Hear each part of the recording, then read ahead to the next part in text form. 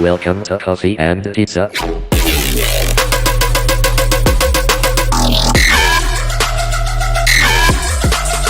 I hope you can enjoy.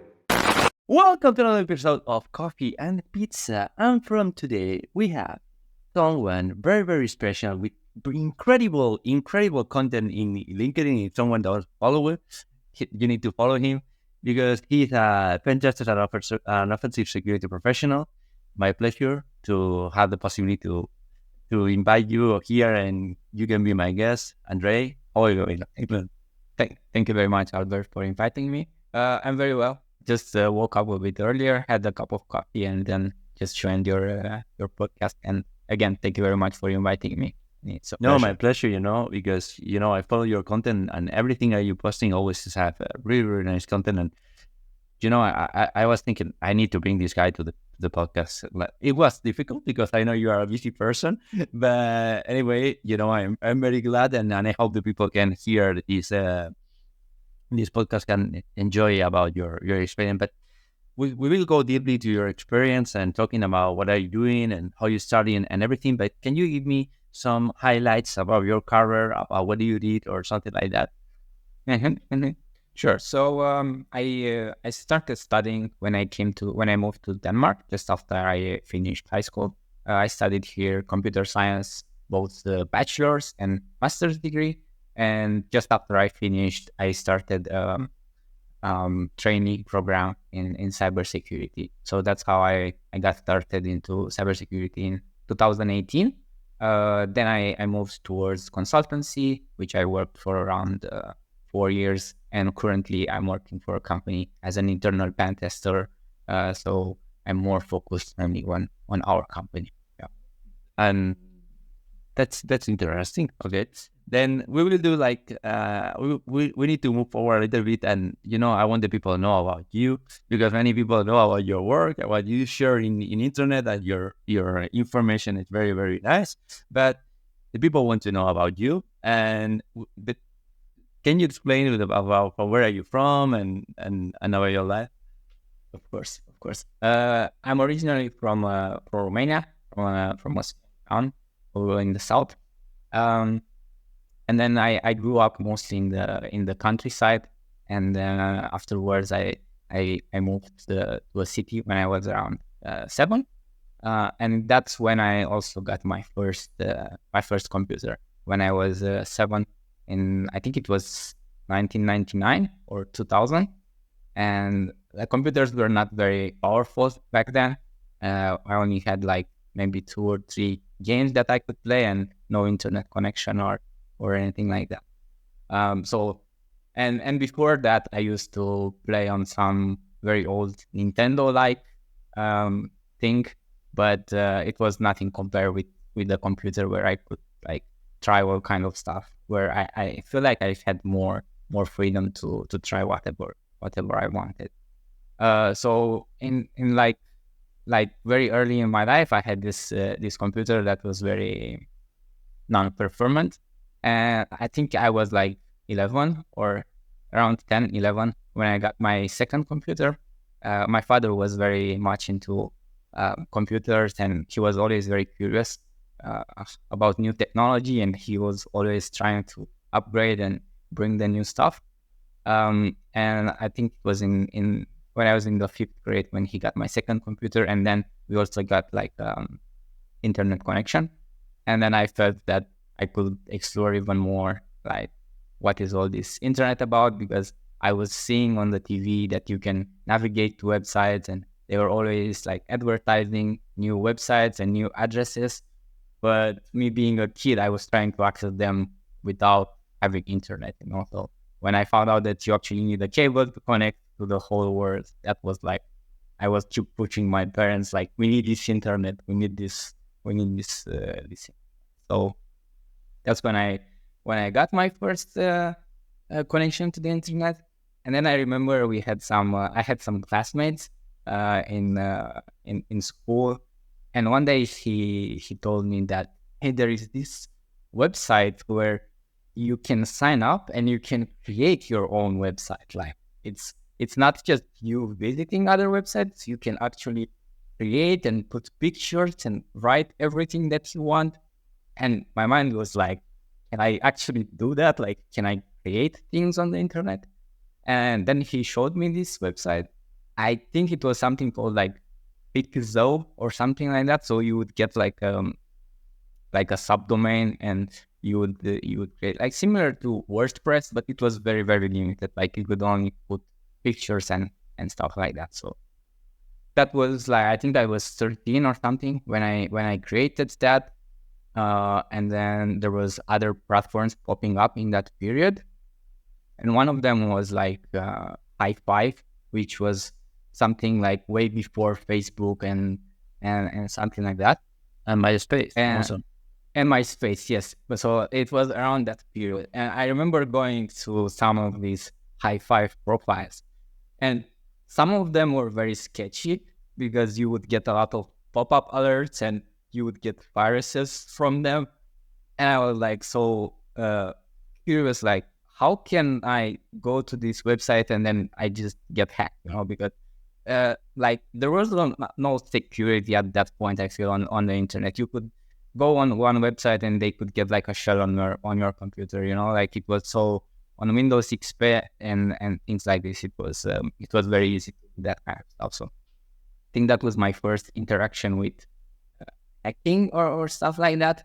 And then the same friend who told me that, hey, you can create websites on the internet, came with another idea, and she said, hey, I can actually give you this program and then I can control your computer. Like I can see everything that you do on your computer, and then I can access your webcam and I can take screenshots. And that felt even more like crazy to me. Like, how can I control someone else's computer just from being at home, So I didn't believe it, but she sent me that program. And of course, it was the first interaction with social engineering, because he also tricked me to be hacked by him in the process where I would get the program to hack other people, So it was like, I give you this and I hack you, and you give it further to other people. So we were all hacking each other between us. So yeah, this is I think my very early interactions with hacking. And I want to tell you something. You said you are from Romania, right? yes. Romania have a very bad press about delinquents in cybersecurity and many bad things. But I invite to the people to have the chance to visit Romania. Romania is incredible country with incredible location. It's super beautiful and super nice. The people don't believe it, and the people is some people, if you go to the city center, no, but if you go outside, it's very warm people, because I have the experience and always try to help you. Like if someone have the chance, visit Romania because it's very beautiful. After that, I want to explain like, okay, I say that, but also we can move to another point, like can be a little bit that I am saying like have a lot of the scammers and then they want to be, and you start with the Trojan. And do you remember the name of the Trojan what you was using at the time? No, but it was also probably because everyone was renaming it just to be more like to trick the other person into like opening it.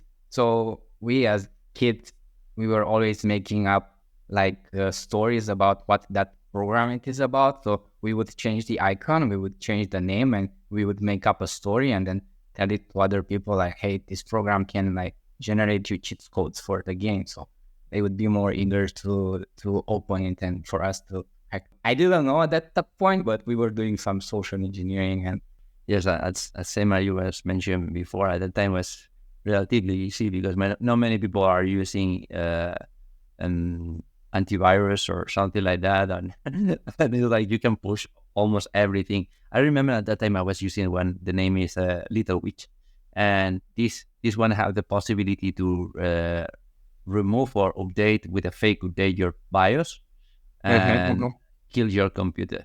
That's hard. Then, but you are, I believe you are younger than me, but at that time you had the chance to change your BIOS. You can take it out and change it for another one, and, or record the prompt. Today it's impossible, and the people don't understand that this can be possible. But at that time, the main boards, you can do it. But moving a little bit about talking about when you was younger, like you were saying, like some people in your school have the same skills or the same thing like you, trying to discover about that. Can you explain, like then at that time, doesn't was so hard to make friends, or it was a hard time at that?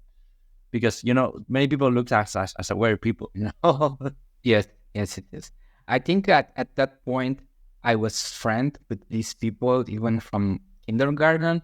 So being such a small town, like we all went through kindergarten and then primary school and then high school even like together. And it was just like the group of us would like set up Counter-Strike servers and other MMO games online. So we were kind of like a small community of people, but I wouldn't say more people were joining or we would make more friends. It was just a group of us try all these kind of things because we kind of all had the same technology and access to the same kind of resources. And I think that being together and having access to the same resources like made us try things together, right? I say that because I believe it's important environment where you are, right? At that time, we have internet, but internet is like nothing because it was very slow. Make connections there with another people was so hard because only we have some chats and ERC or some software like that, and try to make connections or the way I always explain, like the way you can improve yourself or you can push yourself outside of your limits is when you have another people in the same field pushing harder, right? Then you fight against the other. And I don't like to say like the cybersecurity or hacking is a question of ego, but of course have some ego because finally this is a question of, but sometimes a good ego because you fight against with the people and you share with the community. For example, your example, you always share your knowledge and your experience.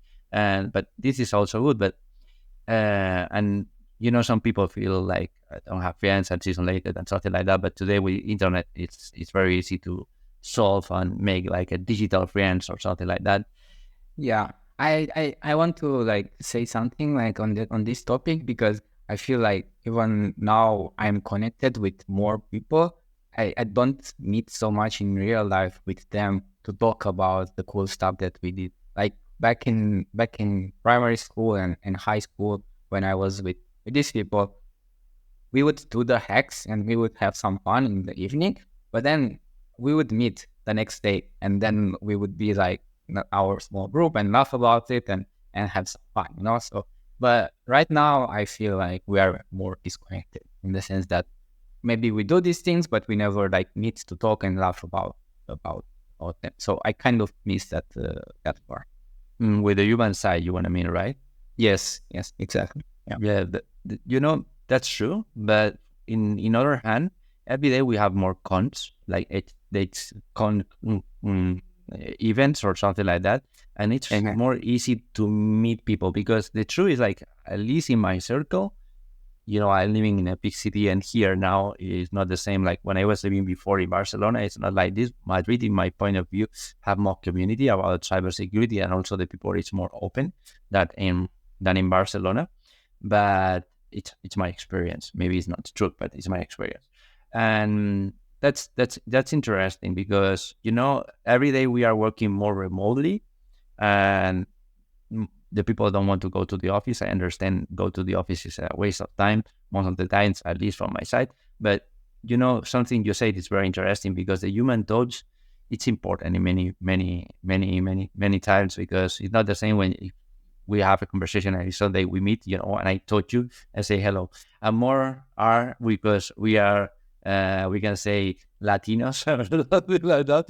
And we have this, when I was living in Finland, it was so different because the other people is very cold and, it's different. But I can understand that. I am coming also from Romania, which we are also a bit more Latinos, and then coming to Copenhagen, it's a bit more like colder and close to Finland vibes and so on. So I can also see that difference. And also, maybe you don't know, but I speak Catalan, and Catalan and Romanian have words in common. I didn't know that. I didn't know. We can talk about this later. Of course. And we was saying like that, and also I want to make you question. I was reading. I don't know if it's true, but I read on internet, and internet it's a field of fake news. But I was reading like it's mandatory learn coding in the school in Romania. That's true or not? To learn what?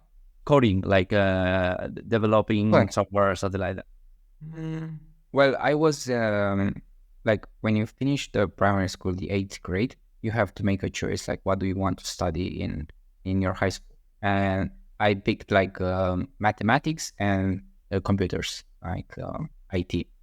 And we had like IT classes where I had to program in like C and Pascal, and we actually had to compile these programs and do all kinds of things. But I wouldn't say everyone is mandatory to do it. But if you choose a profile like that for your high school, yes, it's part of the curriculum.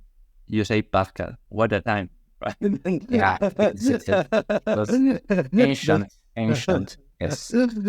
Okay, then you arrived to your high school, and how was that? How do you start to study? Like, do you like mathematics, or do you like to study that? Because I was terrible in this. Yeah, actually, I had a very good teacher in primary school in mathematics, and that kind of made me more curious about it. But like before high school, I didn't have any experience with coding on itself. When we first started doing coding classes in high school, I was very confused. Like, why we do this? Like, I never heard about such thing as coding. I knew like computers should be websites, in games and maybe viruses that I can send. But what is this like coding part? And then we were getting like instructions on paper from our teacher, like you should get these numbers and make the computer output this number. So that was the beginning. And I felt that this is very powerful if you are able to control what the computer is doing. But at the same time, I liked it and I didn't like it because it was like, what's the point of doing this? I can just search the answer. I can do it on the paper. Like the programs were too basic to do this. But once we started to go more and more, like the time was passing, we were getting more complex programs to implement. And I remember that we were having mathematics classes where they were giving us kind of functions to solve. And then I was thinking, like, they were giving us like 50 functions to solve as homework. And I was like, why would I spend my whole time solving these functions? I can just write this program. I will just put the numbers for me and the program will solve everything. So I'm just done with the homework. So that's when I started like, okay, so this is actually very powerful if I can make it do everything and not just mathematical operation, but actually anything. This is hacking mentality, right? I think so. But at that point, I didn't realize. I was just. Thinking like, I think a big part of the hacking mentality comes from us being lazy. Like, why would I do all these things? I just the computer to do it for me. Yeah.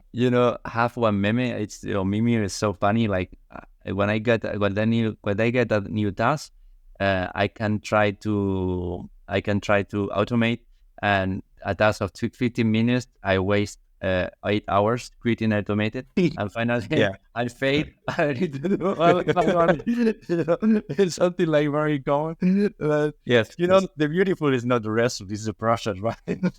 Yes. I think it's nice just to automate the process somehow, and we can get stuck into that. And also the process where you're learning like how you can do it, like you search in internet how you do the functions, like and everything. Maybe you don't get the right result, but during the process you was learning, right? Yeah, it's actually the failures that make you learn new things. Then I am the best because I have a lot of any success.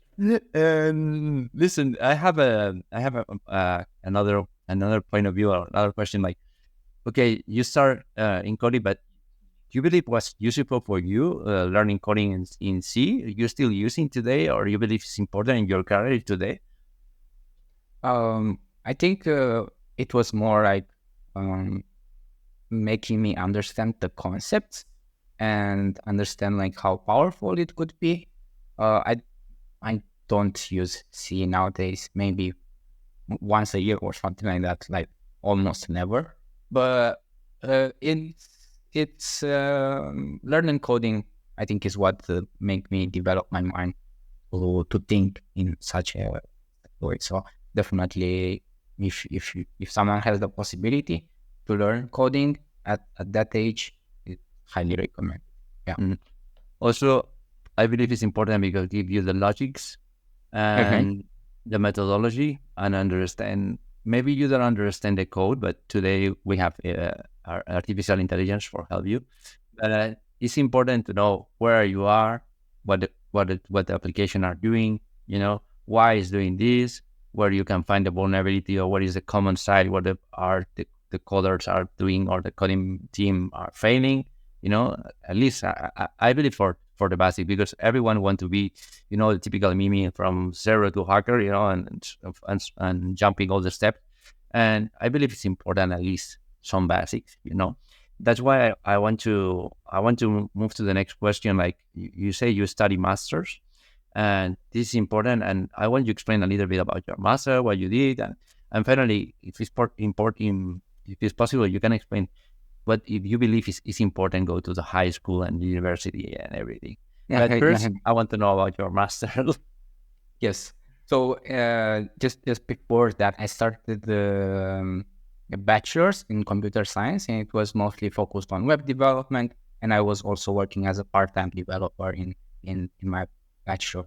And during master, I didn't study anything like cybersecurity related, but I was like doing cybersecurity exercises, and I was like a bit scared the websites that I developed might get hacked.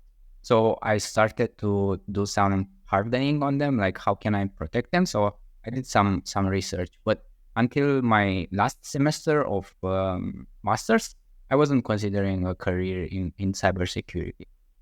So it was maybe like 2-3 weeks before we had to tell our teachers what would be our master thesis about. Then I consider like maybe I should do something in cybersecurity. I saw this as an opportunity to why not spend all this time on something that I'm passionate about. So that's when me and one of my friends, we picked the topic on fuzzing. I didn't know anything about fuzzing at that point. I didn't know what the concept, but for our listeners, is like throwing random things, programs, and then try to find errors, and then from these errors try to find some vulnerabilities.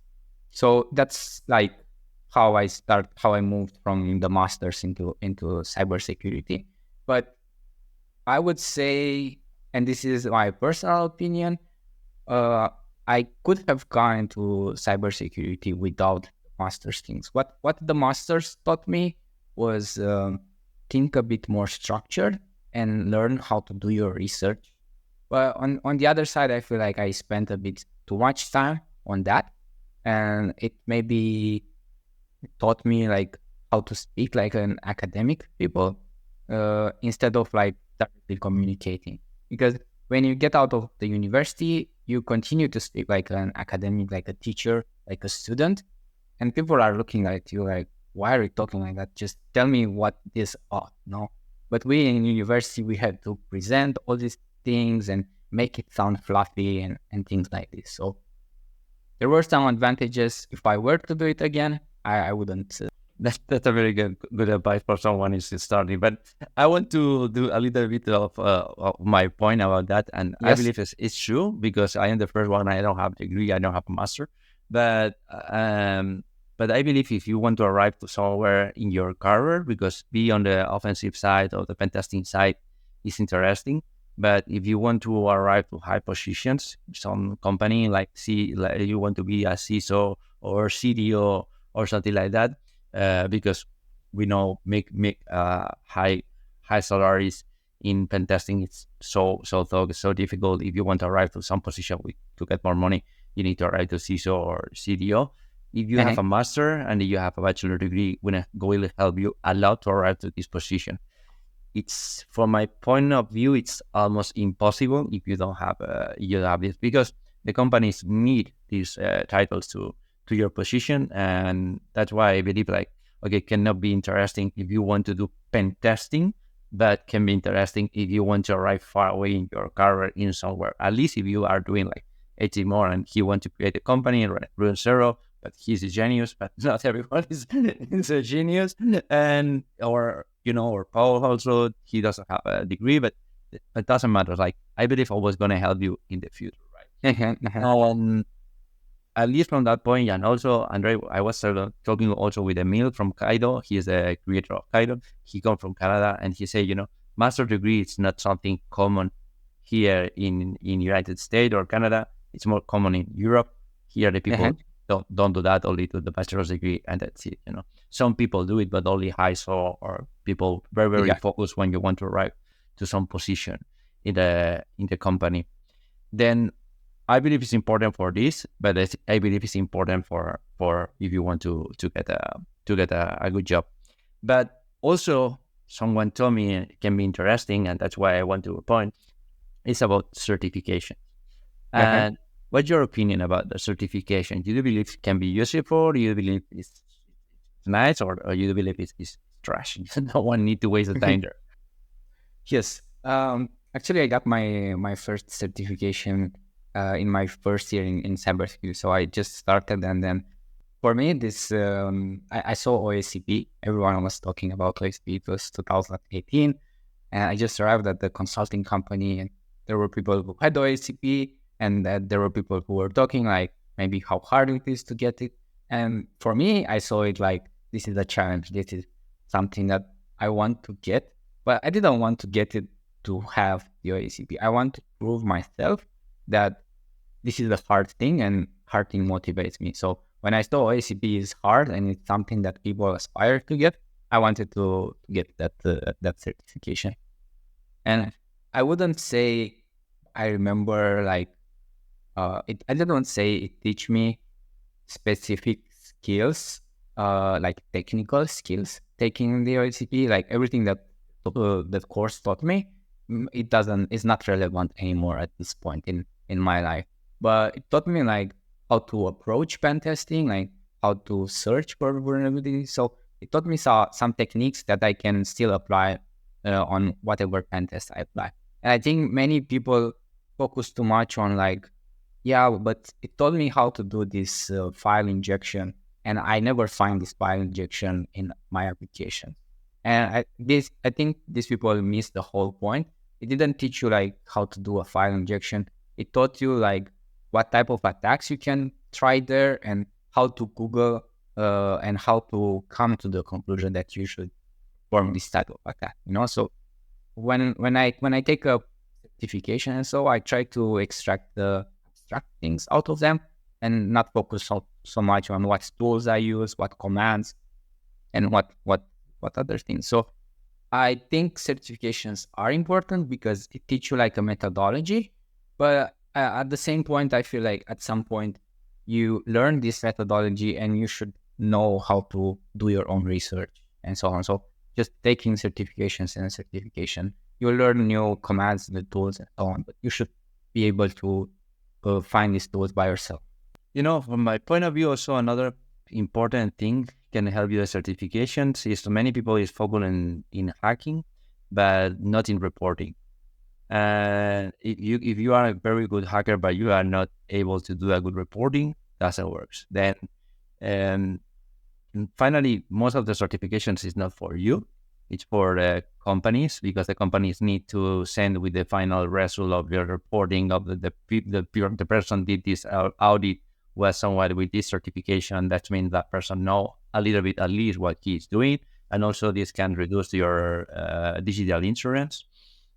And that's a way for why it's important, right? But if you want to hear something like crazy today, at least here in Spain, many people have the OSCP. I believe it's one of the countries with more people with the OSCP if you compare with other countries. by per capita, the name of people. And here today is like entry level OSCP. OSCP is one entry level, and that's meaning like the market is going crazy, because in my point of view, OSCP is not entry level. Entry level is like AGPT or something like this, or AGPT, I remember it, or something like entry level. But OSCP is not entry level, because you have 44 hours, 48 hours, if I'm not wrong, to do the exploitation, the lateral movement, and reporting.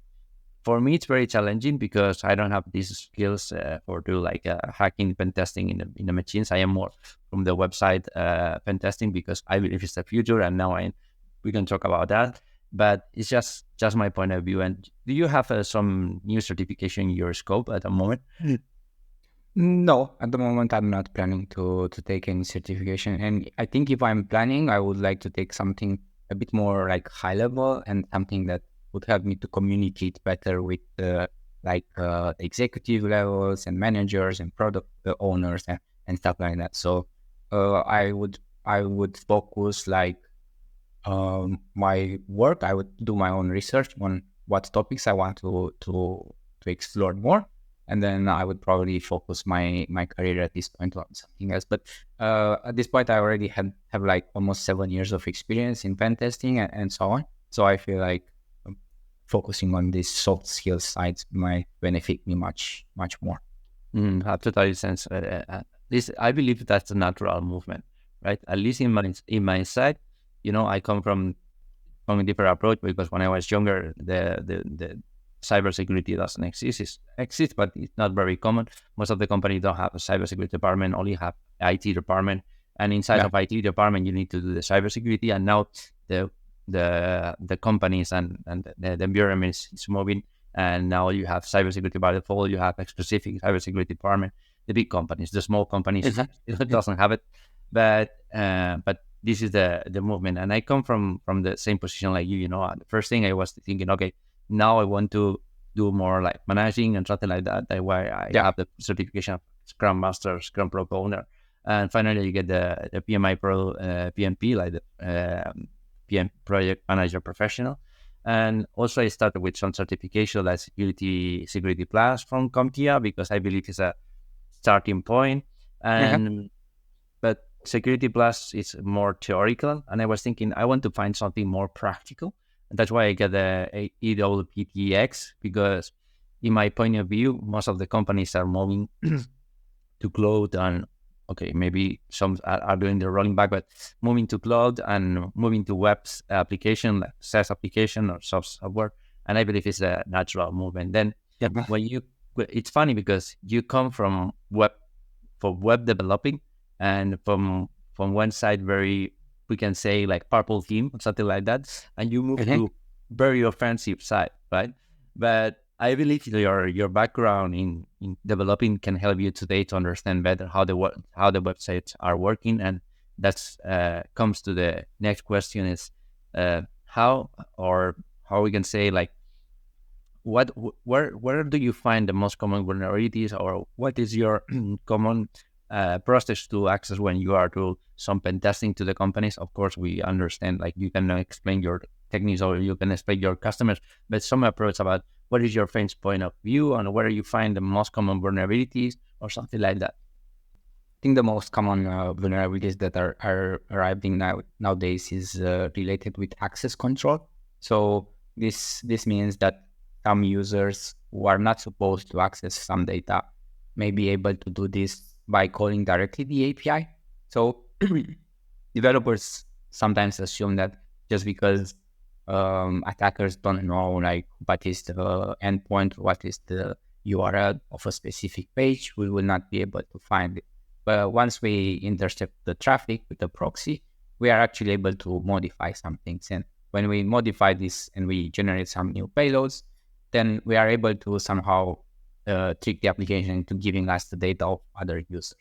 And I think the reason for that is why these vulnerabilities are more prevalent nowadays is they are a bit harder to detect using normal scanners. So a scanner will like send all kinds of payloads and analyze the response.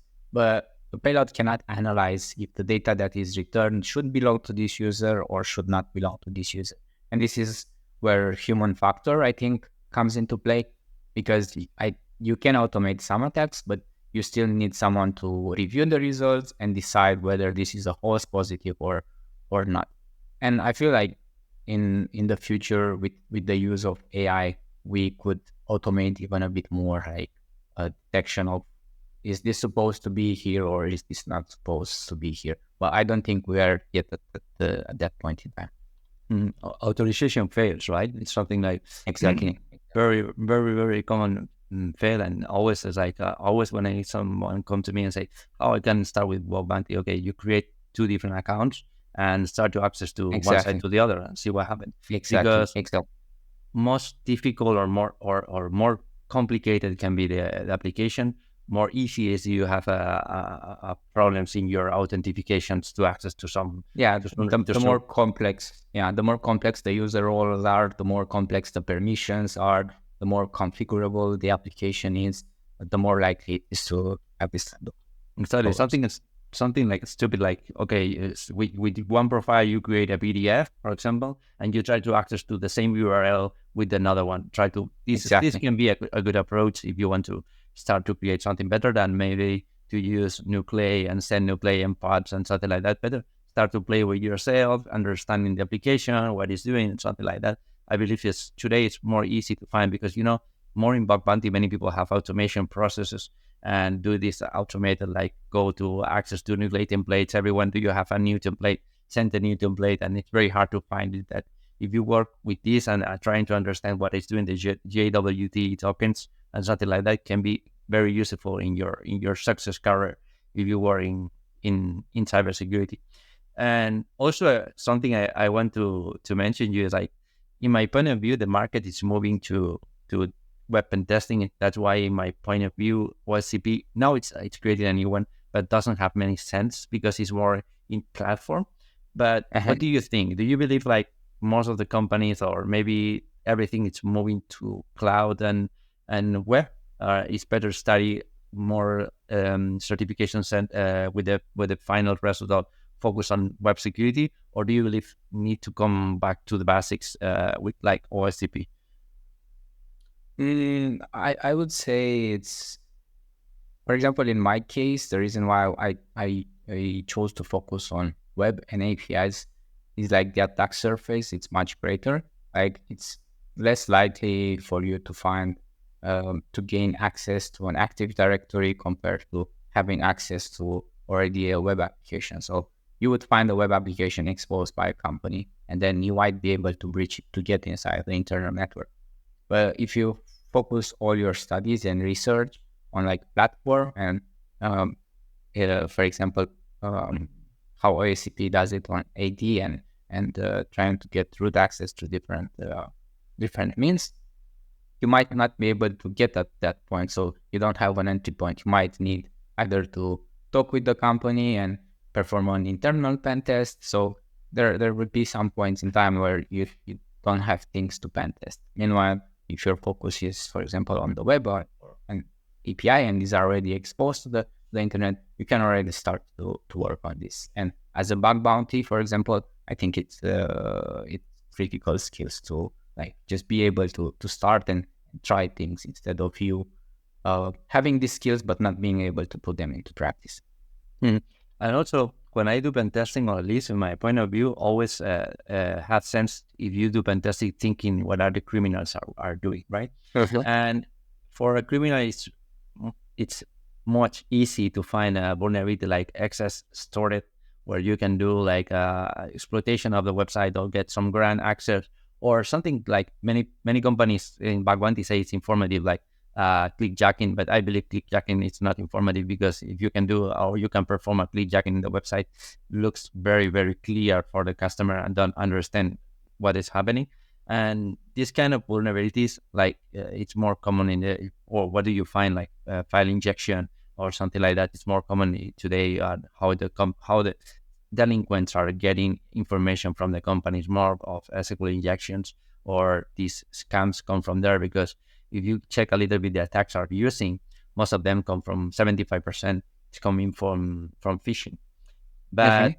also, I want to discuss with you a little bit about another surface like not many people are exploring, and it's application like Android application, iOS application, pen testing. I don't know if you are performing this kind of pen testing or you are studying this field, or what is your opinion about that?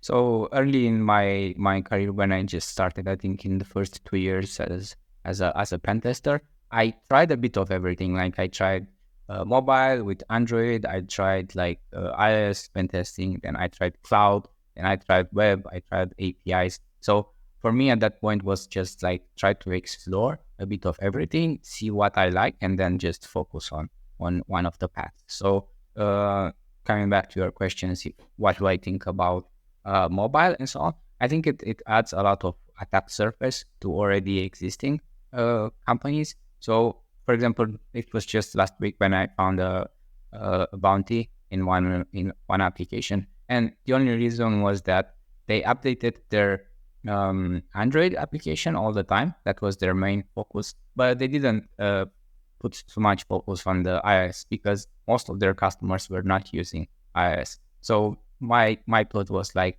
if they don't look so much into this, I will look at, So I started to compare like what can I do in the Android application and what can I do in the iOS, and then I found some differences. And one of it was like I was able to use advanced filters in one of the application in the Android one, but not in the iOS. So for me, it was like this is a problem because why would you be able to do it from one and not the other? One is a paid feature and one is not.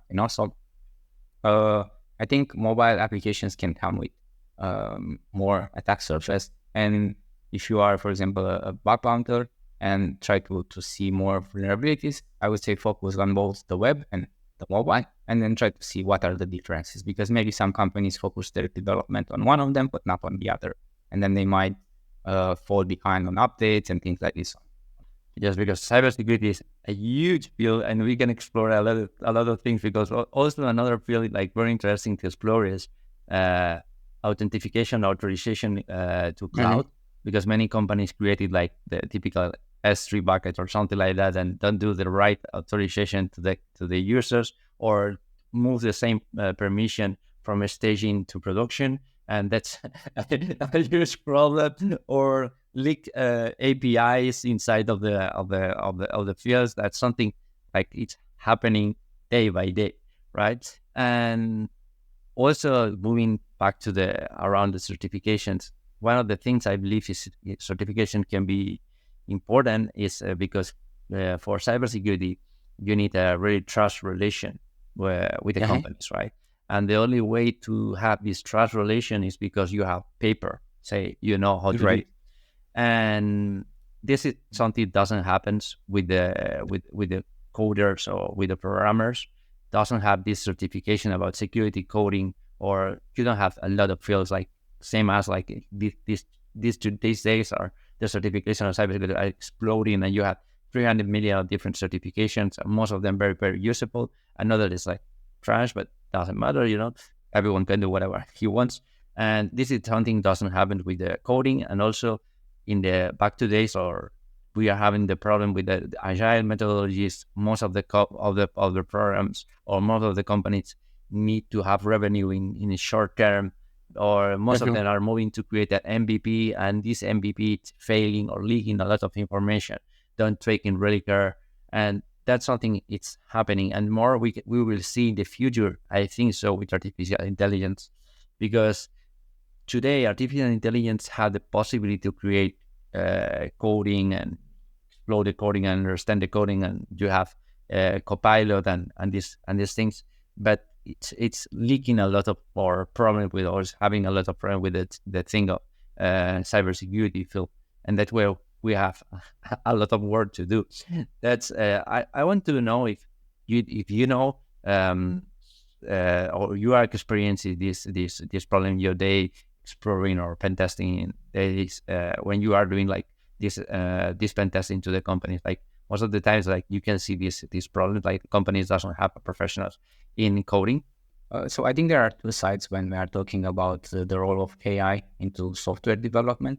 One of it is like, do you want to integrate AI as part of a feature that you already have? And then it's about like, how do you make sure that your AI feature doesn't leak, for example, sensitive information? And then there is the other one that you just mentioned, like people starting to use AI to just generate code because they either want to finish faster or they want to generate an MVP. But if the model is trained on insecure code, the model will generate insecure code, right? So we don't know, like, at this point, what were the samples used to generate the code that trained the model, but we can assume that there are vulnerabilities in these codes that were used, in the snippets that were used to train the model. So I wouldn't be surprised at all if we will see in the future more vulnerabilities that we thought we fixed, and then they are starting to come up again because old code bases were used to train these models. So, for example, if we look back in like 2010, when everyone was using like SQL queries directly in the code instead of like using an ORM. Now, if you go back from 2010 and 2015 and you train on model on code like that, we will start to see again like the rise of SQL injections everywhere. And even though we kind of fixed this problem, we are bringing it back if we are using this code base as training model. 1 equals 1, right? You imagine in 2024, see this, like 1 equals 1, and your access to the banner can be crazy, you know? Yeah. Something like, the truth is like, you have applications to generate the code. You have today artificial intelligence creating secure code. We can have a lot of applications to secure your code and with artificial intelligence and create.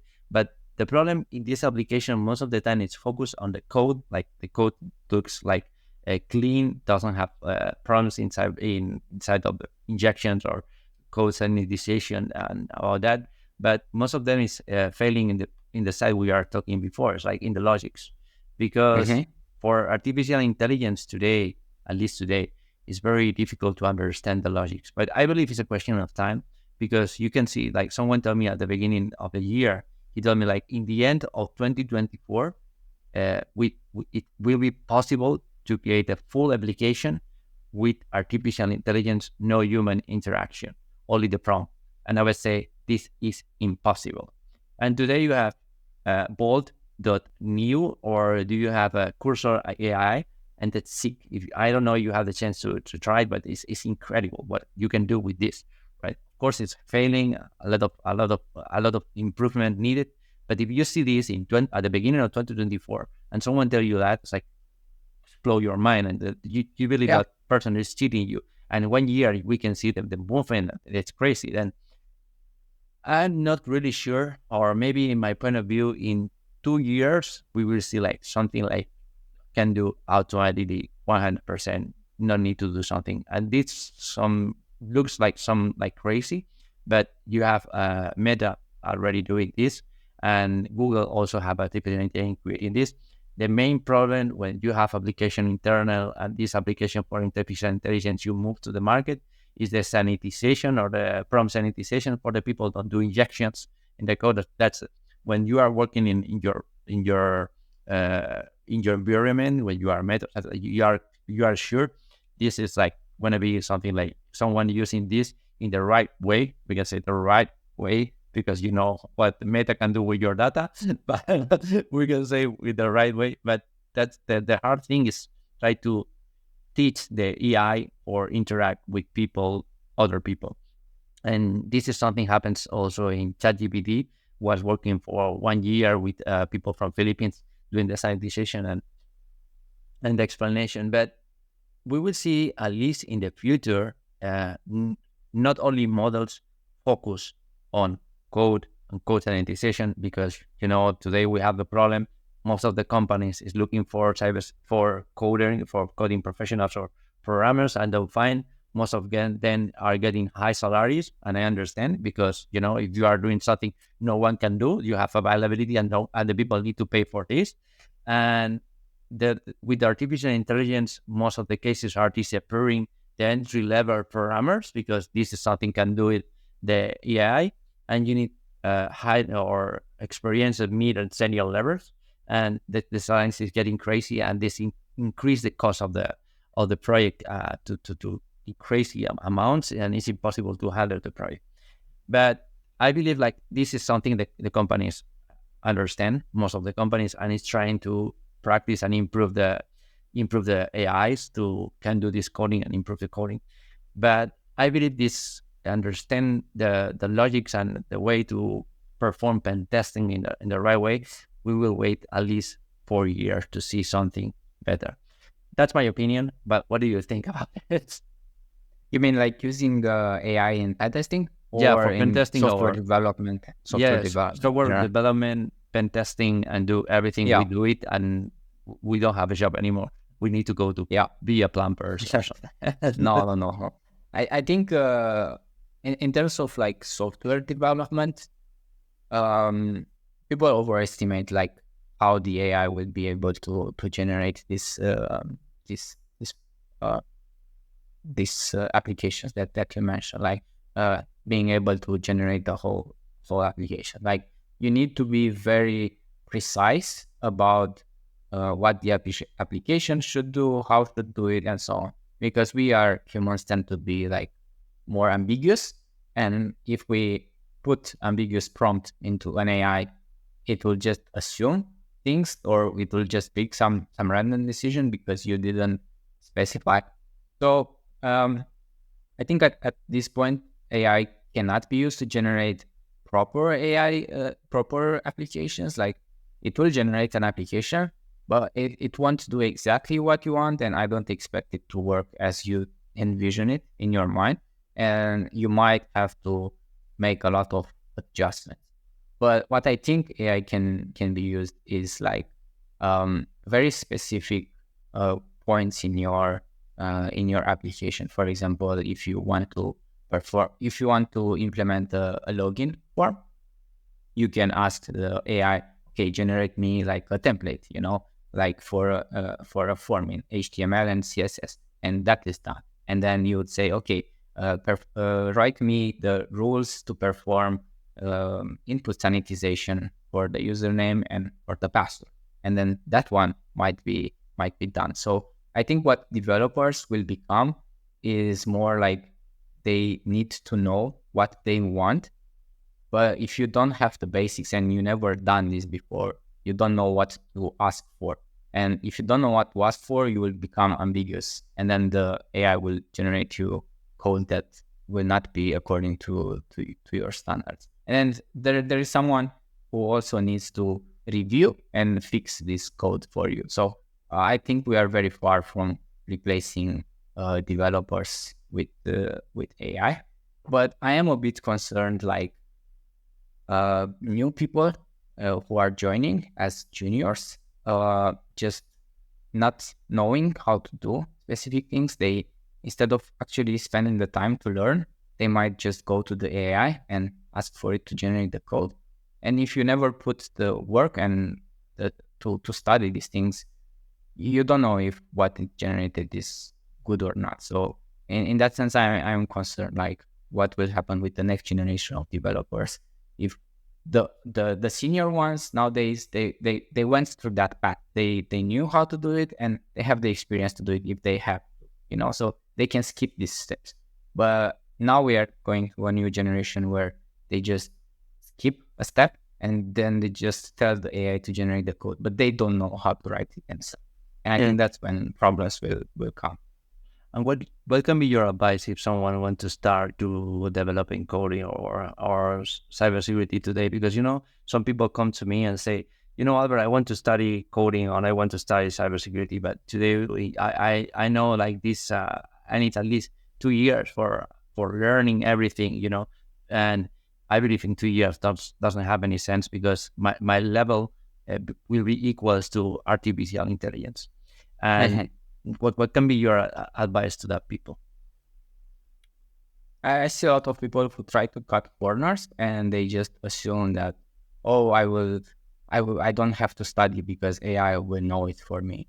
You still need to study, and you still need to know how these things are done in the background. Because if you don't know, then you don't know when the AI would do good things or improper work for you. So I would say, like, if there were some advices from me, is like, put the work into studying, and don't assume that AI will be there for you, because you still need to check the work that it was done. Uh, don't assume that you can just cut corners and be like a smartest who just keep some steps and get into cybersecurity in 3 months because someone said so. And then don't have like a huge period of time where you just study. Like, if you can just try to split your work and study as much as you can. I would go as much as like study 2 hours in the morning, and then apply that concept for like 3-4 hours in the afternoon. So don't study for 2 years and then, okay, I finished studying. Now it's time to put it into practice. No, it doesn't work like that. Because you study, and then when you start to reproduce that things, you will realize that it's not the way you thought it is. When the reality hits you, you realize that, okay, I need to go back and review again the notes. But if you study for 2 years, you cannot go back and review again 2 years of notes. That is very interesting, because it's always I try to explain to the companies, like, you can have someone can have a certification like CSP, and you can know everything about theory, but if you never practice, you never know, because it's very different when someone explain you what is XSS, for example, coming back, or remote code execution. Very different when you do it, the exercise, and you see what is happening in your screen. It's very, very, very different. But back to your answers. You want to mean like back to basics and back to what I understand. But if you want to listen something funny, like, I am the evil because I have just the opposite side of your point of view. Yeah, tell me. Because for me it's like, no, go to the future. If this is working, okay, try to explore or learn better how you create prompts or prompt engineering for the EA or AI can give you the real result do you want. Understand what is using the LLM systems for strong, understand what is happening for hacking is, or get access to some parts of the memory you are not able, because today artificial intelligence is important, but in 2 years, everything, your toothbrush will have artificial intelligence. Then if you are able to understand what AI can do it, and also you are good in developing and create content with AI, creating a good prompt engineering, and have a very, very clear vision about that, the companies will hire you. In 2 years, you will be the king of the mountain, because you will be a path to every day. And you can see almost today, most of the companies are paying a lot of amount of money for artificial intelligence professionals. Like, it's one of the profession more demanded today, and I will be in the future will be one of the most demanded position for hacking or do this, because now the companies start to implement this artificial. You see in every website you have artificial intelligence, every application have artificial intelligence, but now it's like an easy approach, only like chat, or maybe you get some your information. But I believe in the future, this application will be more deeply in your core of your application.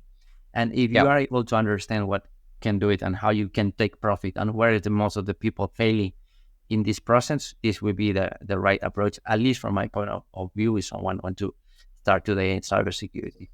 So I agree. Like, definitely AI is a very strong tool, but it's still a tool in some sense that will enable developers to write faster and maybe better code, but they still need to know how to write it. So I would even go as far as comparing AI for developers with, for example, an IDE. For example, I don't know if you use code, Visual Code, for example. Like, I bring a person who doesn't know anything about coding, and I tell him visual code is the best to develop code, but that person doesn't know how to code. So for them, it will be still useless. Like, okay, but I don't know how to code. And then if you compare visual code with AI prompts that will generate code, I put the same person who doesn't know how to code, and I tell him, okay, this is the best AI to generate code. And they will be like, yeah, but I still don't know how to code. So how can I? This is a very powerful and good tool, but if I don't know how to code, I still cannot use it at its full potential. But I believe because it's not a critic, it's just opinion, because your approach is very old-fashioned. Because Okay. if I don't do nothing, one of the things I will do is take the code, put in the AI, and say what is failing here. Yes. I don't need to know nothing. I will say, okay, explain me the code. Okay, I don't understand nothing. Can you explain me the code like a 5 years old kid? And the AI Okay. will explain you. And then you say, okay, now we go one step forward. Can you explain me better in a 10 years old kid? I understand. Yes. And you start to understand what the code is doing. Then, in my point of view, like, okay, the bad thing here, the only problem here is like, okay, you don't really know is what the AI is saying to you is true or not. Right. That's why it's important to create multimodal agents, and these agents have different approach to the technology and give you a better solution. I have a friend. He's a huge professional in cybersecurity. He have a AI. He created a AI to specific for pen testing, and it's like a pen testing application to help you to the pen testing and perform pen testing. And he told me the important is not the billions parameters the AI have. The important is how do you train the AI and the number of agents do you have in the AI. Then this is the main difference. Then if you have a very good trained AI with a good content, you will have a very, very, very good results. Then maybe now arrive to the point of understand the AI. What we have is it's one approach like, okay, we need to use ChatGPT, but in the future maybe you will have the possibility to have like you have GPT-0 have the possibility to think or have. But I believe this is what something in 2 years we will see better. And why? Because most of the company have the problem doesn't find professionals, and the cost of the professional are very, very high, and you need to find a solution because at that moment don't find developers. It's a stopper in the career of the technology. Most of the companies can't develop the can develop application or can develop the ideas because don't have team. I remember long time ago, Donald Trump said to Elon Musk, I want to give you that amount of money to create a chip company because I want you to create the competence of the Taiwanese companies. And Elon Musk answered to say to Trump, okay, I don't need the money. I need the developers. Okay. Yeah. And that's the main problem. That's something many people forgot. And that's something when I handle my projects, I try to explain to the people. Finally, the product is important and everything is important, but we are humans, and it's important the connection, it's important the people behind. But if the companies can remove that, and that something happens before in the robot companies, in the technology, in the industry of the car company, because each one of the other one because come from Ford, and today you don't have people in the chain, you have robots. I believe if the companies can do the same in coding or developing, we'll do it because it's a lot of saving. Then the only thing I have here, or at least my opinion, is we have very excited future, and we will see a lot of things. And I think so. and I don't know what is your approach about that. What is your opinion about my approach? I think we still need developers to know basics, and I think if we rely heavily on AIs generating code, we have to put all our trust on companies who are generating the code. And if we don't know how to read this code, we might be like at the mercy of companies who are training the code, right? So if we don't know how to read code, and if we just blindly trust without us applying analysis by ourselves on the code, we might end up like with code that we don't know how it works, and we don't know how to change it. We don't know. Yeah, we will be. I think companies will become way too dependent on other companies who are generating the code. So instead of them paying people to write the code, they will pay those companies who are training the codes to generate it and fix it for them. And when we get to that point, it's like it's becoming a bit how can I say, like you just become too dependent on the companies who are generating the code for you, and you don't have so much flexibility as you would have for the developer with it. It has sense. But Andrei, the best way to know it is we will see the future. Of course. I hope I can invite you here again, and we can have another conversation. We thought again, let's set up another meeting in like 2 years and see, compare the discussion from us. Anyway, it was a pleasure to have this conversation with you. I enjoy so much knowing about your career and about your experience and all that. And if someone want more information about you, about what are you doing, I put your link in the comment section below. And thank you very much for your time. And likewise. Thank you very much. Bye-bye, man. Bye-bye.